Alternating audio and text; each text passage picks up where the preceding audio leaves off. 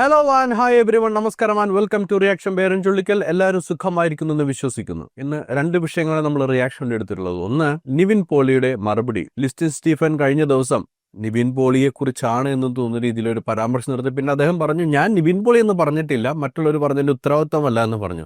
പക്ഷെ നിവിൻ പോളിയെ കുറിച്ചല്ല പറഞ്ഞതെന്ന് ഒരിക്കലും തള്ളി പറഞ്ഞിട്ടുണ്ടായിരുന്നില്ല. ഇപ്പോ അതിനൊരു മറുപടി. അവിടെയും ലിസ്റ്റിൻ സ്റ്റീഫന്റെ പേരെടുത്ത് പരാമർശിച്ചിട്ടില്ലെങ്കിലും ലിസ്റ്റിൻ സ്റ്റീഫൻ ഉപയോഗിച്ച ടോൺ, അതിനെ കോട്ട് ചെയ്തുകൊണ്ടാണ് നിവിൻ പോളി മറുപടി പറഞ്ഞിരിക്കുന്നത്. അതാണ് ഒരു വിഷയം. രണ്ടാമത്തെ വിഷയം, തന്നെ ഹോസ്റ്റ് ചെയ്യുന്നവരെയൊക്കെ പ്രതിസ്ഥാനത്ത് നിർത്തുന്ന ബാക്ക് പാക്കർ അരുണിമയുടെ രണ്ടാമത്തെ ഒരു സംഭവം വന്നിട്ടുണ്ട്. കഴിഞ്ഞ തവണ ഒരു അമേരിക്കൻ മലയാളി ആയിരുന്നെങ്കിൽ ഇത്തവണ ഒരു മെക്സിക്കോക്കാരനാണ് ബാക്ക് പാക്കർ അരുണിമയുടെ ഈ റീച്ച് കിട്ടാനുള്ള ശ്രമത്തിൽ ഇരയായിട്ടുള്ളത്. നമുക്കാദ്യം നിവിൻ പോളിയുടെ റെസ്പോൺസ് ഒന്ന് കേട്ടു നോക്കാം. നല്ല ഹൃദയം ഉണ്ടാവട്ടെ എന്നുള്ളൊരു ഹോർഡിങ്സ് ആണ്. എനിക്ക് എല്ലാവരോടും പറയാനുള്ളത് അതാണ്. നമുക്കെല്ലാവർക്കും ഒരു പരസ്പരം സ്നേഹത്തിലും സമാധാനത്തിലും നല്ല ഹൃദയമുള്ള ആളുകളായി ജീവിക്കാൻ പറ്റിയാൽ വളരെ നല്ല കാര്യമാണ്. അങ്ങനെയുള്ള ഒരുപാട് പേരെ നമ്മുടെ ജീവിതത്തിൽ കാണാറുണ്ട്. അങ്ങനെ അല്ലാത്തവരെയും നമ്മൾ ജീവിതത്തിൽ അഭിമുഖീകരിക്കേണ്ടി വരാറുണ്ട്. സ്വന്തം കാര്യം മാത്രം നോക്കുന്ന, അല്ലെങ്കിൽ ഭീഷണിയുടെ സ്വരങ്ങൾ മുഴക്കുന്ന, അല്ലെങ്കിൽ അങ്ങനെയുള്ള രീതിയിലുള്ള ആൾക്കാരും നമ്മൾ മുമ്പിൽ കാണുന്നുണ്ട്. പക്ഷെ അവരോട് എല്ലാവരോടും എനിക്ക് പറയാനുള്ള ഒറ്റ കാര്യമുള്ളൂ: നല്ല ഹൃദയത്തിന് ഉടമയാവുക, നല്ല മനസ്സിന് ഉടമയാവുക, പരസ്പരം സ്നേഹത്തിലും സന്തോഷത്തിലും മുമ്പോട്ട് പോകാനായിട്ട് നമുക്കെല്ലാവർക്കും സാധിക്കും. വളരെ സോഫ്റ്റ് ആണ്, പക്ഷെ വളരെ ഡയറക്റ്റ് ആയിട്ടുള്ള ഒരു ഹിറ്റാണ്. ഹൃദയം നന്നാകട്ടെ എനിക്ക് തോന്നുന്നു ഏതൊരു ഹോസ്പിറ്റലിലെ ആഡാണെന്ന് എനിക്ക് തോന്നുന്നു. മിക്കവാറും അത് ആസ്റ്ററിൻ്റെ ആയിരിക്കും. ഈ ആസ്റ്ററിൻ്റെ പരസ്യം ചെയ്യുന്നവരെ എനിക്ക് ചിലപ്പോൾ അത്ഭുതം തോന്നാറുണ്ട്. നല്ല രീതിയിലുള്ള ക്യാപ്ഷൻസാണ് അവർ കൊടുക്കുന്നത്. അപ്പോൾ മിക്കവാറും എനിക്ക് തോന്നുന്നു അത് ആസ്റ്ററിൻ്റെ പരസ്യമായിരിക്കണം, ഹൃദയം നന്നായിരിക്കട്ടെ എന്നൊക്കെ പറയുന്നത്. എന്നാൽ ഈ ഹോൾഡിംഗ് ആണ് അവിടെ കോട്ട് ചെയ്തിരിക്കുന്നത്. ഭീഷണിപ്പെടുത്തുന്നവരെ, സ്വന്തം കാര്യം നോക്കുന്നവരെ, ഈ രണ്ട് കാര്യങ്ങളും നമുക്കറിയാവുന്നത് ലിസ്റ്റിൻ സ്റ്റീഫന്റെ പ്രസ്താവനയായിട്ട് ബന്ധപ്പെട്ടിട്ടുള്ളതാണ്. സ്വന്തം കാര്യം നോക്കുന്ന വെച്ച് കഴിഞ്ഞാൽ കുഞ്ചാക്കോ ബോബൻ അഭിനയിക്കേണ്ടിയിരുന്ന ഒരു സിനിമയിൽ നിന്ന് കുഞ്ചാക്കോ ബോബൻ പിന്മാറുന്നു. അതിന് പകരമാണ് നിവിൻ പോളിയെ അതിലേക്ക് കൊണ്ടുവരുന്നത്. ഇപ്പം നിവിൻ പോളിയെ സംബന്ധിച്ചിടത്തോളം അത് ലിസ്റ്റിൻ സ്റ്റീഫന്റെ കാര്യം സാധിക്കാൻ വേണ്ടിയുള്ള ഒരു സംഭവമായിട്ട് നമുക്ക് എടുക്കാം. പക്ഷേ അതേസമയം തന്നെ മറ്റൊരു സിനിമയുടെ കമ്മിറ്റ്മെന്റ് ഉണ്ടായിരുന്നതുകൊണ്ട് ഒരു 7 ദിവസത്തെ ലീവ് എടുത്ത് നിവിൻ പോളി പോയി എന്നുള്ളതായിരുന്നു ഒരു പ്രശ്നം. ഇതൊരു പുതിയ പ്രതിഭാസത്തിന് തുടക്കം വെച്ചിരിക്കുന്നു, പുതിയൊരു പ്രവണതയ്ക്ക് തുടക്കം വെച്ചിരിക്കുന്നു എന്ന രീതിയിലാണ് ലിസ്റ്റിൻ സ്റ്റീഫൻ അവതരിപ്പിച്ചത്. അത് അത്ര നല്ല കാര്യമല്ല എന്ന രീതിയിൽ ഒരു ഭീഷണിയുടെ ടോൺ വരുന്ന രീതിയിലാണ് അന്ന് ആ പ്രസംഗത്തിൽ അവതരിപ്പിച്ചത്. അപ്പോൾ ഇവിടെ നിവിൻ പോളി കൃത്യമായിട്ട് മറുപടി പറഞ്ഞിരിക്കുന്നു. നല്ല ഹൃദയമുണ്ടായിട്ട് നല്ല ഹൃദയമുള്ള മനുഷ്യരായിരിക്കും എന്ന് പറഞ്ഞു കഴിഞ്ഞാൽ സ്വന്തം കാര്യം മാത്രം നോക്കുന്നവരാകാതിരിക്കുക. അതേപോലെ തന്നെ ഈ ഭീഷണി എന്നോട് വേണ്ട എന്ന രീതിയിലുള്ള ഒരു വ്യംഗ്യാർത്ഥം കൂടി ഇവിടെ നിവിൻ പോളി കൊടുക്കുന്നുണ്ട്. ഈ ഒരു വിഷയം നമ്മൾ സംസാരിക്കുമ്പോൾ ഈ ലിസ്റ്റിൻ സ്റ്റീഫൻ ഇത് പറഞ്ഞതിന് ശേഷം വന്നിട്ടുള്ള 1-2 കാര്യങ്ങളെക്കുറിച്ച് ലിസ്റ്റിൻ സ്റ്റീഫൻ ഇപ്പോഴും മറുപടി പറയാൻ നിൽക്കുകയാണ്. അത് മലയാള സിനിമയിലേക്ക് വരുന്ന വട്ടിപ്പലിശ മാഫിയയുടെ കാര്യമാണ്. മറ്റ് സംസ്ഥാനങ്ങളിൽ നിന്നും മലയാള സിനിമയിലേക്ക് പണമിറക്കാൻ വരുന്നവരും, അതേപോലെ ഇവിടെ ഇൻഡസ്ട്രിയിൽ പണമിറക്കാൻ സാധ്യതയുള്ളവരെയൊക്കെ ഒതുക്കുന്ന രീതിയിൽ ഒരു മൂവ്മെന്റ് ഉണ്ടാകുന്നു എന്ന് പറഞ്ഞ് കഴിഞ്ഞ ദിവസം സാന്ദ്ര തോമസ് ഒരു ഫേസ്ബുക്ക് പോസ്റ്റ് ഉണ്ടായിരുന്നു. അതിന് ലിസ്റ്റിൻ സ്റ്റീഫൻ പറഞ്ഞ മറുപടി വളരെ മോശം മറുപടിയാണ് പറഞ്ഞത്. ഒരു സ്ത്രീയുടെ കുശുമ്പും കുന്നായ്മയുമാണ്, സ്ത്രീ ആയതുകൊണ്ട് ഞാൻ മറുപടി പറയുന്നില്ല എന്നൊക്കെ രീതിയിലൊരു സ്ത്രീ വിരുദ്ധമായ ഒരു പരാമർശം നടത്തി. എന്നാൽ ആ വിഷയത്തെ അഡ്രസ്സ് ചെയ്യാതെ പോവുകയാണ് ചെയ്തത്. ഇവിടെ ഇപ്പോൾ നിവിൻ പോളിയും ചെയ്തിരിക്കുന്നത് ഈ ലിസ്റ്റിൻ സ്റ്റീഫൻ എങ്ങും തൊടാതെ പറഞ്ഞതുപോലെ തന്നെ ആളുടെ പേര് പരാമർശിക്കാതെ മറുപടി പറഞ്ഞിരിക്കുന്നു. പക്ഷേ ഈ ഒരു വിഷയം ഞാനിങ്ങനെ നോക്കി പോകുമ്പോൾ ഒരു വാർത്താ ചർച്ച എൻ്റെ ശ്രദ്ധയിൽപ്പെട്ടു. RDX എന്ന് പറയുന്ന ഒരു വാർത്താ ചർച്ച എൻ്റെ ശ്രദ്ധയിൽപ്പെട്ടു. അതിൽ പറയുന്ന ചില കാര്യങ്ങൾ നിവിൻ പോളിയുടെ ഭാഗത്ത് ചില പ്രശ്നങ്ങളില്ല എന്നൊരു തോന്നൽ എനിക്കുണ്ടാക്കി. നിങ്ങളത് കേട്ടു നോക്കുക, എന്നിട്ട് നിങ്ങൾക്ക് എന്താ തോന്നുന്നുള്ളത് കമന്റിലിടൂ. പക്ഷേ ഇതിനകത്ത് ഒരു കാര്യം പറയാനുള്ളത്, ഇതിപ്പോൾ ലിസ്റ്റിൻ സ്റ്റീഫൻ പറഞ്ഞിരിക്കുന്നത് നിവിൻ പോളിയെ കുറിച്ചാണ് എന്ന കാര്യത്തിൽ ഏതാണ്ട് എല്ലാവർക്കും ഒരു ഉറപ്പുണ്ട്. അത് പക്ഷേ ഞാൻ അത് പറയുന്നില്ല, താരങ്ങളെ ആക്രമിക്കല്ലേ എന്നൊക്കെ പറഞ്ഞ് കുറേ സ്റ്റെപ്പ് പിന്നോട്ട് വെച്ചെങ്കിലും ആളുകൾക്ക് കാര്യം മനസ്സിലായി. നിവിൻ പോളിയുടെ കാര്യം ആ അർത്ഥത്തിൽ തമാശയോടെ ഇദ്ദേഹം മുന്നോട്ട് വെച്ച ഈ പ്രശ്നം പരിഹരിക്കുമ്പോൾ തമാശയോടെയും കുറച്ച് ഗൗരവത്തോടെയും കാണുന്ന കാര്യമാണ്. അതായത് നിവിൻ പോളി കേരളത്തിലെ ഏറ്റവും പ്രധാനപ്പെട്ട യുവ നടന്മാരിൽ ഒരാളാണ്. ഇങ്ങനെ സൂപ്പർ സ്റ്റാർഡം അല്ലെങ്കിൽ സ്റ്റാർഡം ദീപാവളി വിളിക്കുക എന്ന് പറഞ്ഞാൽ അങ്ങനെ ചെയ്യുന്ന ഒരു നടൻ പറയില്ല. അതായത് അദ്ദേഹത്തിന്റെ സിനിമ വന്നിട്ട് കുറേ കാലം എല്ലായ്പ്പോഴും ഓരോ സിനിമയൊക്കെ അനൗൺസ് ചെയ്യും, പക്ഷേ ഈ പറയുന്ന സിനിമ കാണാനില്ല. ഇപ്പോൾ കഴിഞ്ഞ ആക്ഷൻ ഹീറോ ബിജു വലിയ ഹിറ്റായ സിനിമയാണല്ലോ, അതിന്റെ സെക്കൻഡ് പാർട്ട് വരുന്നു. 50 ദിവസം അഭിനയിച്ചത് നിർത്തി, സിനിമ പാതി വെച്ച് നിന്നു. രാജാവ് 3 ദിവസം അഭിനയിച്ചു നിന്നു. ബേബി ഗേൾ 2 ദിവസം അഭിനയിച്ചു നിന്നു. ഡോൾഫി ദിനേശൻ 10 ദിവസം അഭിനയിച്ചു നിന്നു. താരം എന്ന മറ്റോ പേരുള്ള സിനിമ നോർത്ത് ഇന്ത്യയിൽ 3 ദിവസം ഷൂട്ട് ചെയ്ത് നിർത്തി. അപ്പോൾ ഈ സിനിമകളെല്ലാം പോയിട്ട് 2-3 ദിവസം അഭിനയിക്കുക, പിൻവാങ്ങുക എന്നത് ഇദ്ദേഹം ആവർത്തി ചെയ്തുകൊണ്ടിരിക്കുകയാണെന്ന അഭിപ്രായം സിനിമാ മേഖലയിൽ പ്രൊഡ്യൂസർമാർക്കാകേണ്ടത് പല ആളുകൾക്കുണ്ട്. ലിസ്റ്റിൻ സ്റ്റീഫനോട് ബുദ്ധിമുട്ടുള്ള പ്രൊഡ്യൂസർമാർ വേറെയുണ്ട്. പക്ഷേ അദ്ദേഹം ഇതൊന്ന് പറയുമ്പോൾ നിശബ്ദമായിട്ടാണെങ്കിലും നിവിൻ പോളിക്ക് ഈ ഒരു വിമർശനം ആവശ്യമാണെന്ന് വിചാരിക്കുന്ന വലിയൊരു നിര പ്രൊഡ്യൂസർമാരും ഇൻഡസ്ട്രിക്കകത്ത് മറ്റു വർക്ക് ചെയ്യുന്ന ആളുകളുണ്ട്. കാരണം ഇദ്ദേഹത്തെ ഡിപ്പെൻഡ് ചെയ്തിട്ട് യുവ സംവിധായകർ അടക്കമുള്ള ആളുകൾ ഇദ്ദേഹത്തെ ഡിപ്പെൻഡ് ചെയ്തിട്ട് പടവുമായിട്ട് വരിക. സ്റ്റാർട്ടുള്ള ആളാണല്ലോ, പക്ഷേ ഇദ്ദേഹം നേരെ മര്യാദക്ക് ഈ പടത്തിൽ അഭിനയിക്കുകയില്ല എന്ന നില സംജാതമായിട്ടുണ്ടെന്ന് പറയുന്നു. ഇങ്ങനെ ഒരു നില ഉണ്ടെന്നുണ്ടെങ്കിൽ അത് നിവിൻ പോളി തിരുത്തേണ്ട ഒരു പ്രവണതയാണ്. കാരണം ഒരു ഇൻസ്റ്റൻസ് അല്ല, 4-5 ഇൻസ്റ്റൻസ് എങ്കിലും ഇതിനകത്ത് ഈ വാർത്താവതാരകൻ അല്ലെങ്കിൽ വാർത്താ ചർച്ചയിൽ പങ്കെടുത്ത ആൾ പറഞ്ഞിട്ടുണ്ട്. അപ്പോൾ അത്തരത്തിലൊരു പ്രവണത നിവിൻ പോളി കണ്ടിന്യൂ ചെയ്യുന്നുണ്ടെങ്കിൽ ലിസ്റ്റ് സ്റ്റീഫൻ പറയുന്ന കാര്യത്തെ കുറച്ചുകൂടി ഗൗരവമായിട്ട് എടുക്കണമെന്ന് എനിക്ക് തോന്നുന്നു. അങ്ങനെ പല സെറ്റുകൾ ഇപ്പോൾ ഇതൊരൊറ്റ ഇൻസിഡൻറ്റിൽ നിന്നിട്ടാണ് നമ്മളൊരു അഭിപ്രായം പറഞ്ഞത്. ഒരു സെറ്റിലേക്ക് വന്നു, മറ്റൊരു സെറ്റിലേക്ക് പോകേണ്ട ആവശ്യകത വന്നുകൊണ്ട് ഇടയ്ക്ക് 7 ദിവസത്തെ അവധി ചോദിച്ച് പോയി എന്നുള്ള കാര്യം.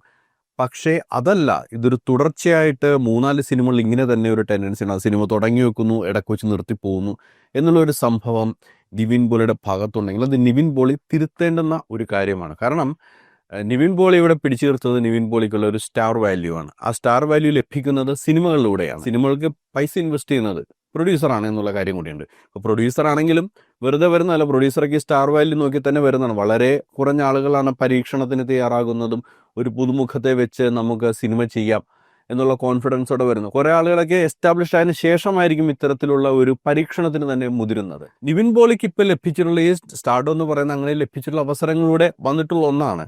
അപ്പോൾ സിനിമയെ നിവിൻ പോളിയും പ്രൊഫഷണലായിട്ട് കാണേണ്ട ഒരു സാഹചര്യം ഉണ്ട് എന്ന് ഇതിൽ നിന്ന് മനസ്സിലാവുന്നു. അപ്പോൾ ഇത് ഈ ഒരു സംഭവം അങ്ങനെ സ്ഥിരീകരിച്ചിട്ടില്ല, പക്ഷേ ഇങ്ങനെ ഒരു ചർച്ച കേട്ടപ്പോൾ അങ്ങനെ ഒരു സംഭവം ഉണ്ടെങ്കിൽ നിവിൻ പോളി തിരുത്തേണ്ടതുണ്ട് എന്ന് പറയേണ്ട ഒരു കാര്യം ഉണ്ടെന്ന് എനിക്ക് തോന്നി. അതുകൊണ്ടാണ് ഞാൻ ഈ ക്ലിപ്പ് പ്ലേ ചെയ്തത്. ഇനി നിവിൻ പോളി തുടർന്ന് പറഞ്ഞ കാര്യം നോക്കാം. എനിക്ക് കഴിഞ്ഞ വർഷം ഒരു ഇഷ്യൂ ഉണ്ടായി കഴിഞ്ഞപ്പോൾ എൻ്റെ കൂടെ ഏറ്റവും കൂടുതലായി നിന്നത് പ്രേക്ഷകരാണ്, ജനങ്ങളാണ്, നിങ്ങളാണ് നിന്നത്.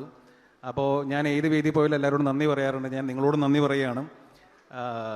എന്താ പറയുക, ഒരു സംശയം തോന്നാതെ നിങ്ങളെല്ലാവരും എൻ്റെ കൂടെ നിന്നു. അതൊരു സ്ത്രീ, പുരുഷൻ, കുട്ടികൾ അങ്ങനെ ഒരു വേർതിരിവില്ലാതെ എല്ലാവരും എൻ്റെ കൂടെ നിന്നിരുന്നു.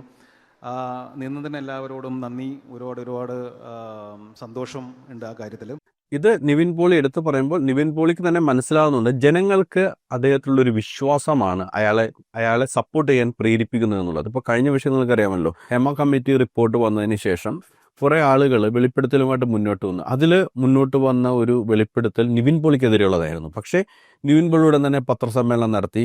അത് മാത്രമല്ല, ആ പെണ്ണ് പറഞ്ഞ കാര്യത്തിൽ കുറേയൊക്കെ മിസ്ലീഡിങ്സും ഉണ്ട്, പറയുന്നത് വിശ്വസനീയമല്ല എന്ന് ആളുകൾക്ക് തോന്നി. ആളുകൾ തുടക്കം മുതലേ നിവിനെ തന്നെയാണ് സപ്പോർട്ട് ചെയ്ത് സംസാരിച്ചിരുന്നത്. ഈ വിഷയത്തിലായാലും ലിസ്റ്റ് സ്റ്റീഫന്റെ വിഷയത്തിലായാലും എനിക്ക് തോന്നുന്നു ലിസ്റ്റ് സ്റ്റീഫനെ സപ്പോർട്ട് ചെയ്യുന്നതിനേക്കാൾ കൂടുതൽ ആളുകൾ നിവിനെയാണ് സപ്പോർട്ട് ചെയ്യുന്നത്. ലിസ്റ്റും പറയണ്ട, എനിക്ക് ഫാൻസ് മാത്രമേ ഉള്ളൂ, നിവിനുള്ളത് ഫാൻസാണ്. അപ്പോൾ ഈ ഫാൻസ് നിവിൻ്റെ കൂടെ നിൽക്കുന്നത് 2 കാര്യങ്ങൾ കൊണ്ടാണ്. ഒന്ന്, നിവിൻ എന്ന അഭിനേതാവിനോടുള്ള, നിവിൻ എന്ന നടനോടുള്ള ആരാധന. 2, നിവിനുള്ള വിശ്വാസം. അപ്പോൾ ആ വിശ്വാസം കളയാതെ നോക്കേണ്ടത് നിവിൻ്റെ ഒരു ബാധ്യത കൂടിയാണ്. നേരത്തെ പറഞ്ഞതുപോലുള്ളൊരു വിഷയമുണ്ടെങ്കിൽ അത് പരിഹരിക്കാൻ നിവിൻ ശ്രമിക്കണം. പിന്നെ ഈ ഫാൻസും പറഞ്ഞ കാര്യം, ഫാൻസിനെ കണ്ടുകൊണ്ടാണ് നിങ്ങൾ പാൻസിലുള്ള പൈസ പുറത്തിറക്കുന്നത് അല്ലേ? ആദ്യം പറഞ്ഞതുപോലെ തന്നെ വളരെ ചുരുക്കം ആളുകളാണ് പുതുമുഖത്തെ വെച്ചൊക്കെ ഒരു പരീക്ഷണത്തിന് തയ്യാറാകുന്നത്. അല്ലാത്തവരൊക്കെ ഈ പറയുന്ന നടന്മാരുടെയൊക്കെ ഫാൻസും ഫാൻ ബേസും അവരുടെ വിജയസാധ്യതയൊക്കെ കണ്ടാണ് പൈസ ഇറക്കാൻ തയ്യാറാകുന്നത്. സ്വന്തം ഫാൻസിൽ കിടക്കുന്ന പൈസ എടുത്ത് ഇറക്കുന്നത്. അപ്പോൾ ഈ പറയുന്ന ഫാൻസാണ്, അല്ലെങ്കിൽ സിനിമയുടെ ഫാൻസ്, ഒരു നടൻ്റെ ഫാൻസ് എന്നുള്ള വിടും, സിനിമയുടെ ആരാധകരാണ് ഈ സിനിമ ഇൻഡസ്ട്രിയെ പിടിച്ചു നിർത്തുന്നത്. അല്ലാതെ ഒരു പ്രൊഡ്യൂസറും ഒരു നടനും ഒരു സംവിധായകനും ഒന്നുമല്ല. ഈ ആരാധകർ എപ്പോഴേക്കും ഒരു സിനിമയിൽ നിന്ന് പിന്തിരിയുന്നോ അപ്പോഴേക്കേ സിനിമ പരാജയപ്പെടുകയും ആരാധകർ എപ്പോഴൊക്കെ സിനിമയിലേക്ക് അടുത്തു നിൽക്കുന്നു അപ്പോഴൊക്കെ സിനിമ വിജയിക്കുകയും ചെയ്യും. അപ്പോൾ ഇത് നിങ്ങൾ 2 മനസ്സിലാക്കുക, നിവിനും മനസ്സിലാക്കണം, ലിസ്റ്റിനും മനസ്സിലാക്കണം. ഇനി അടുത്ത വിഷയം ബാക്ക് പാക്കർ അരുണിമയോട് ബന്ധപ്പെട്ടുള്ള കാര്യമാണ്. ബാക്ക് പാക്കർ അരുണിമ, ഞാൻ ഈ വിഷയം സംസാരിച്ചിട്ടുള്ളത് ഇവർ ഹോസ്റ്റിങ്ങുമായിട്ട് ബന്ധപ്പെട്ടുള്ളത്, അതിൽ അവരുടെ ട്രാവലിനെ കുറിച്ചോ അവരുടെ വസ്ത്രധാരണ രീതിയെക്കുറിച്ചോ ഞാൻ സംസാരിക്കാറില്ല. അതേസമയം ഇവരെ ഹോസ്റ്റ് ചെയ്തൊരു വ്യക്തിക്കുണ്ടായ ഒരു അനുഭവം അത് ഇവർ തന്നെയാണ് ആദ്യം പുറത്തു കൊണ്ടുവന്നത്. അതിനുശേഷം അവർ പ്രതികരിച്ചപ്പോഴാണ് അതിൽ അരുണിമയുടെ ഭാഗത്തും തെറ്റുണ്ട്. എനിക്കിപ്പോഴും എൻ്റെ ബോധ്യം ഒന്നാണ്, അരുണിമയുടെ ഭാഗത്താണ് കുറേ അധികം തെറ്റുകളുള്ളത്. ഹോസ്റ്റ് ചെയ്ത ആളുടെ ഭാഗത്ത് മിസ്റ്റേക്ക് ഉണ്ടെങ്കിലും അരുണിമ ചെയ്യേണ്ടിയിരുന്ന ഒരു പ്രൊഫഷണൽ അപ്രോച്ച്, ഇത്രയും നാൾ പല സംസ്കാരങ്ങളുമായിട്ട് ഇടപഴകിയിട്ട് ലഭിച്ച ആ ഒരു എക്സ്പീരിയൻസ് ആ വിഷയത്തിൽ ഉപയോഗിച്ചില്ല എന്ന് മാത്രമല്ല ആ ഇൻസിഡൻറ്റ് ഒരു റീച്ചിന് വേണ്ടി ഉപയോഗിക്കുകയും ചെയ്തു. അതേപോലെ മറ്റൊരു ഇൻസിഡൻറ്റ്, ഈ അരുണിമയെ സഹായിക്കാൻ തയ്യാറാകുമ്പോൾ ഇനി ആളുകൾക്കൊന്ന് ശ്രദ്ധിക്കണം. കാരണം നാളെ ഇവർ നിങ്ങളെ കൊണ്ടുപോയി സ്പോട്ട് ചെയ്യും. നിങ്ങൾ പോലും വിചാരിക്കാത്ത കാര്യത്തിന് നിങ്ങൾ സ്പോട്ട് ചെയ്യപ്പെടുക. ഈ സംഭവം എന്ന് വെച്ചാൽ അരുണിമ ഇപ്പോൾ മെക്സിക്കോയിലാണ്. മെക്സിക്കോയിൽ യാത്ര ചെയ്യുന്ന അരുണിമ ഒരു ഡെസ്റ്റിനേഷനിലേക്ക് പോകുന്നു. ലേറ്റ് നൈറ്റ് ട്രാവലാണ്, അങ്ങോട്ട് ബസ്സിലേക്ക് പോകാൻ പാടില്ല എന്ന് ആളുകൾ പറഞ്ഞിട്ടും അരുണിമ പോകുന്നു. ഇത് അരുണിമ തന്നെ പറഞ്ഞ കാര്യമാണ്. അങ്ങനെ പോകുന്ന അരുണിമയ്ക്ക് ഒരാൾ ലിഫ്റ്റ് കൊടുക്കുന്നു, അയാളുടെ വീട്ടിൽ താമസിക്കാനുള്ള അവസരവും കൊടുക്കുന്നു. ഇപ്പം ഇതിനകത്ത് അരുണിമ പറയുന്നത് ഇങ്ങോട്ട് എനിക്ക് ഓഫർ ചെയ്യുന്ന രീതിയിലാണ് സംസാരിക്കുന്നത്. ജോർജിൻ്റെ കാര്യത്തിൽ അത് തന്നെയായിരുന്നു പറഞ്ഞു കേട്ടോ, എന്നോട് ഇങ്ങോട്ടാണ് ഓഫർ ചെയ്തത്. പക്ഷേ അരുണിമ തന്നെ പുറത്തോട്ട് വാട്സാപ്പ് ചാറ്റ് കണ്ടാൽ മനസ്സിലാവും, അരുണിമ അങ്ങോട്ട് ചോദിക്കുന്നുണ്ട് എനിക്ക് നിങ്ങളുടെ ഫാമിലിയോടൊപ്പം സ്റ്റേ ചെയ്യാൻ പറ്റുമോ എന്നുള്ളത്. അപ്പോൾ അതേപോലെ ചിലപ്പോൾ ഇദ്ദേഹത്തോടും ചോദിച്ചിട്ടുണ്ടാകും താമസിക്കാനുള്ള സൗകര്യം ഇടയിലുണ്ട്, അല്ലാതെ ഏതെങ്കിലും ഒരു ലിഫ്റ്റ് വരുമ്പോൾ നിങ്ങൾ എൻ്റെ കൂടെ താമസിക്കുന്നു എന്ന് ചോദിക്കുന്നു എനിക്ക് തോന്നുന്നില്ല. ഇന്നത്തെ അങ്ങനെ ചോദിച്ചിട്ടുണ്ടെങ്കിൽ അത് അയാളുടെ ഒരു മര്യാദയായിട്ടാണ് ഞാൻ കാണുന്നത്. അപ്പോൾ ഇയാളൊപ്പം താമസിക്കാൻ ചെല്ലുന്നു, ഇയാളുടെ വീഡിയോസൊക്കെ ഇവരെടുത്ത് പുറത്തു വിടുന്നുണ്ട്. അതിനുശേഷം താമസിക്കുന്ന സ്ഥലത്തെക്കുറിച്ചുള്ള ചില വിവരണമാണ്. പ്രേക്ഷകരുണ്ടല്ലോ, അരുണിമയുടെ പ്രേക്ഷകരെ മുൾമുനയിൽ നിർത്തുന്ന രീതിയിലാണ് ആ വീഡിയോ അവസാനിക്കുന്നത്. ഞാൻ അവസാന ഭാഗം മാത്രം ഒന്ന് പ്ലേ ചെയ്യാം. ചാർജ് ചെയ്യാൻ ബുദ്ധിമുട്ടായിരിക്കും. നോക്ക് ഇവിടെ ഈ മറ്റേ ലൈറ്റ് ഉണ്ടല്ലോ, ഒരു മാരത്തെ ടൈപ്പ് ലൈറ്റ് ഒക്കെയാണ് ഇവിടെ ഉള്ളത്. സ്ഥലമൊക്കെ ഉണ്ട് കിടക്കാൻ, ആളൊറ്റക്കാണ്. ഇവിടെയും ഒരു ബെഡ് ഉണ്ട്, മുകളിൽ 2 റൂമുണ്ട്. അപ്പോൾ അതുകൊണ്ട് കിടക്കാനൊക്കെ സ്ഥലമുണ്ട്. ഇവിടുന്നുള്ള വ്യൂ ആക്ച്വലി ഭയങ്കര അടിപൊളിയാണ്. കണ്ടോ അങ്ങോട്ട് നോക്കി, മൗണ്ടൈൻസ് എല്ലാം ആയിട്ട് നല്ല പക്ഷേ ഇരുട്ടായതൊന്നും കാണാൻ പറ്റുന്നില്ല. ഈ കാണുന്നതാണ് കേട്ടോ ബാത്റൂമൊക്കെ. ഇവിടെയൊക്കെ പൊടി പിടിച്ച് കിടക്കുകയാണ്. എനിക്കൊന്നും ആൾ ഇങ്ങോട്ട് അധികം വരാറൊന്നും ഇല്ലാന്ന് കേട്ടോ.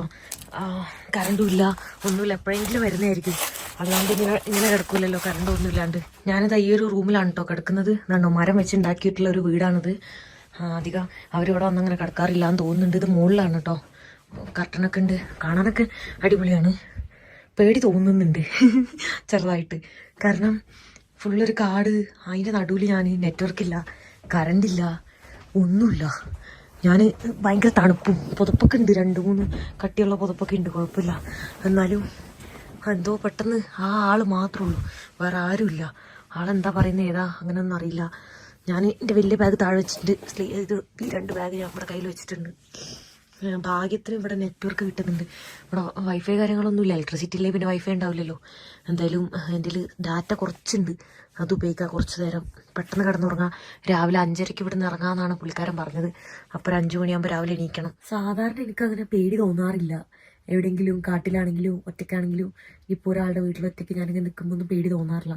ഇത് മൊത്തത്തിലൊരു എന്തോ എന്താ പറയേണ്ടതെന്ന് എനിക്കറിയുന്നില്ല. ഭയങ്കര സൗണ്ടും.